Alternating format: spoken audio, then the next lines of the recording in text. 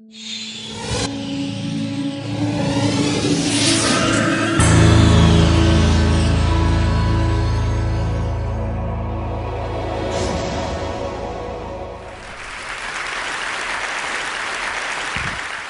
hi. Today I'm going to take you through about glimpses of 8 of my projects done in collaboration with Danish artist Soren Pors. We call ourselves Pors and Rao, and we live and work in India.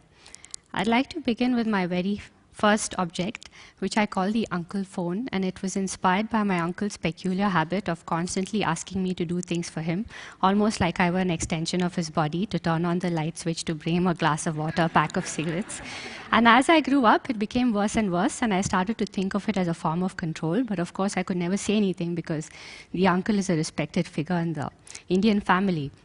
And the situation that irked me and mystified me the most was his use of a landline telephone. He'd hold on to the receiver and expect me to dial a number for him. And so, as a response and as a gift to my uncle, I made him the uncle phone. It's so long that it requires 2 people to use it. It's exactly the way my uncle uses a phone that's designed for 1 person. But the problem is that when I left home and I went to college, I started missing his commands. And so I made him a golden typewriter through which he could dispense his commands to nephews and nieces around the world as an email. So what he'd had to do was to take a piece of paper, roll it into the carriage, type his email or command, and pull the paper out. This device would automatically send the intended person the letter as an email. So here you can see we embedded a lot of electronics that understands all the mechanical actions and converts it to digital. So my uncle is only dealing with a mechanical interface, and of course the object had to be very grand and have a sense of ritualism the way my uncle likes it. The next work is a sound-sensitive installation that we affectionately call the Pygmies. And we wanted to work with the notion of being surrounded by a tribe of very shy and sensitive and sweet creatures. So how it works is we have these panels which we have on the wall, and behind them we have these little creatures which hide. And as soon as it's silent, they sort of creep out, and if it's even more silent, they stretch their necks out, and at the slightest sound, they hide back again. So we had these panels on 3 walls of a room, and we had over 500 of these little pygmies hiding behind them. So this is how it works. This is a video prototype. So when it's quiet, it's sort of coming out from behind the panels, and they hear like humans do or real creatures do. So they get immune to sounds that scare them after a while, and they don't react to background sounds. You'll hear a train in a moment that they don't react to. But they react to foreground sounds. You'll hear that in a second.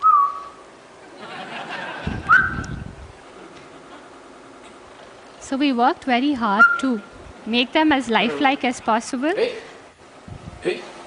So each pygmy has its own behavior cycle, mood swings, personalities, and so on. So this is a very early prototype. Of course, it got much better after that. And we made them react to people, but we found that people were being quite playful and childlike with them. This is a video installation called The Missing Person, and we were quite intrigued with playing with the notion of invisibility. How would it be possible to experience a sense of invisibility? So we worked with a company that specialized in camera surveillance, and we asked them to develop a piece of software with us using a camera that could look at people in the room, track them, and replace 1 person with a background, rendering them invisible. So I'm just going to show you a very early prototype. On the right side, you can see my colleague Soren, who's actually in the space, and on the left side, you will see the processed video where the camera has made him invisible. Soren enters the room, pop, he goes invisible, and you can see that the camera is tracking him and erasing. It's a very early video. So we haven't yet dealt with the overlap and all of that, but that got refined pretty soon later. So how we used it was in a room where we had a camera looking into the space, and we had 1 monitor, 1 on each wall. And as people walked into the room, they would see themselves in the monitor, except with 1 difference. 1 person was constantly invisible wherever they moved in the room. So this is a work called The Sun Shadow, and it was like almost like a sheet of paper, like a cutout of a childlike drawing of an oil spill or a sun. And from the front, this object appeared to be very strong and robust, and from the side, it almost seemed like very weak. So people would walk into the room and they'd almost ignore it, thinking, oh, there's some crap lying around. But as soon as they passed by, it would start to climb up the wall in jerky fashion, and it would get exhausted and it would collapse every time. So this work is a caricature of an upside-down man. His head is so heavy, full of heavy thoughts, that it's sort of fallen into his hat, and his body's grown out of him almost like a plant.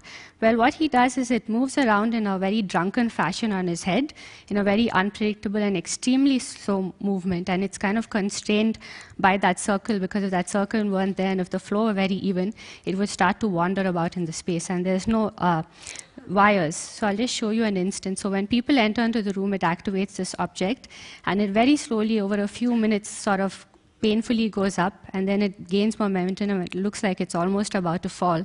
And this is an important moment because we wanted to instill in the viewer an instinct to almost go and help or save this object, but it doesn't really need it because it again sort of manages to just pull itself up. So this work was a real technical challenge for us, and we worked very hard, like most of our works, over years to get the mechanics right and the equilibrium and the dynamics.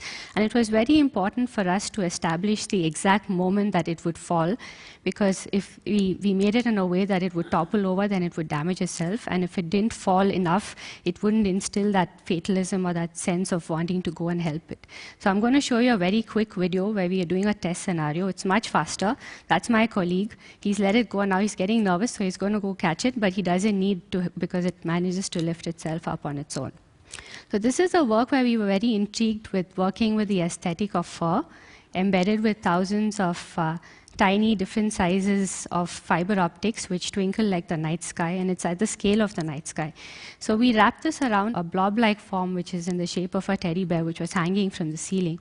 And the idea was to sort of contrast something very cold and distant and abstract like the universe into the familiar form of a teddy bear, which was very comforting and intimate.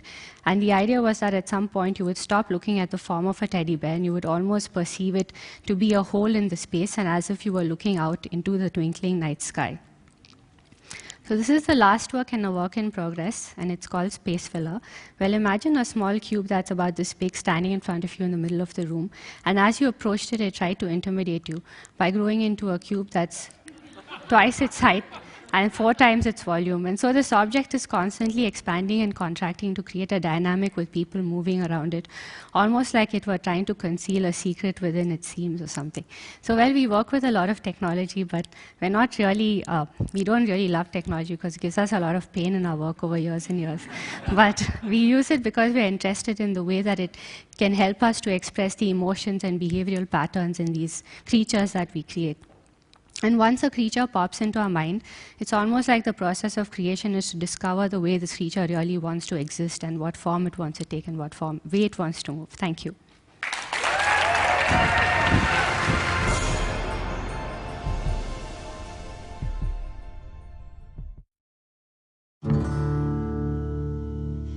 When I was 16, I found this motorcycle. It was a dilapidated piece of junk that wasn't going, but I realised how special it was. Restoration of this motorcycle has taught me to improvise with mechanical things. My name is Mark Lesek. I live in Hobart, Tasmania. I'm Director of Dynamic Welding and Engineering. It's a pretty cool place. We do machine shop work. We do aluminium welding. 7 years ago, I had an accident and lost the best part of my arm. I got a prosthetic on my own insurance. It didn't work. It was very unreliable. It wasn't fixed to my body and flopped about. It simply wasn't up to the job. I thought, if you can fix your own motorcycle, why can't you fix a prosthetic? So I did a search to find out as much information as possible and came across the Cairns artificial arm. This is an antique arm from the early 1900s, and in its time it was so mechanically advanced. With patent search on Google, I was able to find every single Cairns patent online. So I set about trying to reverse engineer it. The arm itself has many good features. It's body powered, which means it won't break down. You can use it for heavy duty work, and you can also repair it yourself. And hold a beer. And hold a beer, exactly. Some of the new things I hope to add to this arm is an extra finger joint, and it will be gear driven. We'll also be lighter with space-age materials such as magnesium and carbon fibre. That is so cool. Well, if you think how many people have lost limbs but can't afford the new electronic limbs, I mean, it is rewarding knowing that one day people will be able to wear something that Mark and I are working on. My hope for this artificial arm is to wear it and share it so amputees can live a normal life again. It doesn't matter if it's a bike or an arm or your life. If you can take it apart, if you can understand it, you can make it better.